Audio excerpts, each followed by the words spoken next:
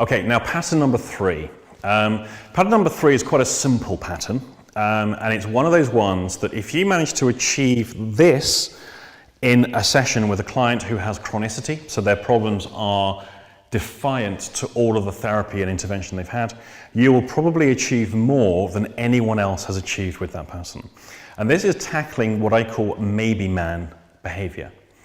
Now, I first came across maybe man behavior, I think it was around about 2007, and really understood it over the next 2 years. What happened is around about 2007, 2009, I forget the exact time, a local doctor sent me a whole load of anxious patients. Essentially, all of the ones that were the regular attenders with anxiety-related issues, and nothing was helping them. And he basically said, do you want me to send them over to you to work with? I said, yeah, sure. Now, at that time, I didn't really help that many people with these anxieties, but I did learn a lot. So I benefited. I would like to hope they benefited too. Here was one of the things that I observed. I was trying out all these different things with people. They consented to me experimenting with these different techniques. Much to my eternal embarrassment and shame these days, I was doing the tapping work, where they would tap their face and say, even though I feel anxious, I deeply and completely accept myself. That kind of nonsense, anyway. Now, what I recognized was that the tapping work itself, some people were reporting phenomenal results. I wasn't able to achieve any results with it. So I thought, okay, am I doing it badly? Maybe I am, who knows? I was slightly questioning about some of the claims that were being made. But I couldn't help but notice there was something that was happening. Instead of experiencing the problem and now passively waiting for the problem to change, something so simple as tapping now gives people something to do. I experience the problem, now I do something about it. I think that is quite impressive in itself, just for getting people to do something differently, get people to change. And of course it starts to install a certain attitude in people. Now, admittedly, they end up doing this all the time, and maybe not changing. However, this was the thing I noticed with these clients. I would say, I want you to tap just beneath the eye, and I would demonstrate like this. Or I would say, I want you to tap, because it's the meridian points, whatever, I don't know. Should be quite simple, right? Simply to tap in a place. Now, I thought that would be easy. No, not with these guys. Now, bearing in mind, okay, they're anxious to varying degrees, but they're chronic. And I started to recognize the same pattern with other chronic people. Rather than simply tap, they're doing this. I exaggerate, but they cannot tap in the same place with a rhythm. They might just do this.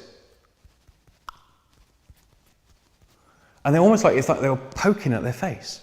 Or if I'm getting them to tap here, they would do these weird things. And I think, okay, how about some precision?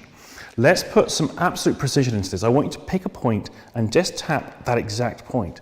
They couldn't do it. Now, that was an observation that I had with a lot of people. And I thought, okay, how is it so difficult to do something so silly as tapping a particular point on the face? Then I started to notice other patterns as well. They would say things like maybe, hence the maybe man as the name. I would ask them, okay, what I want you to do, please, is to practice, say whatever it was I'd got them to do, 3 times on your own, and then I want you to either email me or phone me. Yeah, I'll try and do that. Well, try doesn't mean they're going to. Or they'll say, yeah, I kind of think I could. Yeah, I could possibly do that. I kind of think I could possibly do that. It's becoming very vague. And when I asked them to report their own internal experience, they would come up with things like, well, I guess it's kind of, sort of, a bit like, so, well, is it or isn't it? I was assisting on a NLP course. This was years back in London. And I think it was one of the first times I recognized this as a behavior. They were doing a spinning feeling exercise. So it's one of the stuff that Bandler came up with around spinning feelings and blah, blah, blah. Now, I got called over, I was an assistant, and I got called over to one of the groups. And they said, well, it's not working. We're not actually getting anywhere with this particular person. So I said, okay, let's just start here. Where is the feeling? Well, it's kind of sort of in my chest. I said, it's kind of sort of in your chest. Where is it? Oh, it's in my stomach. I said, okay, now work with that feeling. Because when it's kind of sort of, it's not. It's only kind of sort of like that. So what we're seeing is, it's kind of sort of. We're not working with the actual information that's going to make the difference. They're kind of on the peripheries of working with it, but they're not really. It's almost like they're going through the motions, they're going through a set of empty rituals and gestures which aren't connecting to the actual structure of the problem they've got. Hence maybe man. It is or it isn't. It might be maybe sort of a bit like. Now, one of the things I noticed, and it was within the IEMT work, and this is the stuff they teach on the training course, which is, you ask people to be specific about the experience and they're not. And there's the algorithms in the IEMT is how we get people to be specific. But of course, what happens is, they're not. Now, if we correct the person, we interrupt the pattern and go, look, I want you to be specific. They go, oh, okay, and then they come up with a specific response. If you correct that pattern twice in quick succession, so preferably twice within 20 minutes, the pattern becomes self-correcting. Not always, I've got one exception. Everyone else it self-corrects. One exception, the guy could not be specific about anything. And the 2 sessions I did that were 2 hours long each were excruciating for me and him, and it was nothing else than trying to get him to be specific about his own experience. When we know what we're experiencing, good or bad, we can do something about it. It's that simple. When we don't really know what's happening to us, then how do we do anything about that?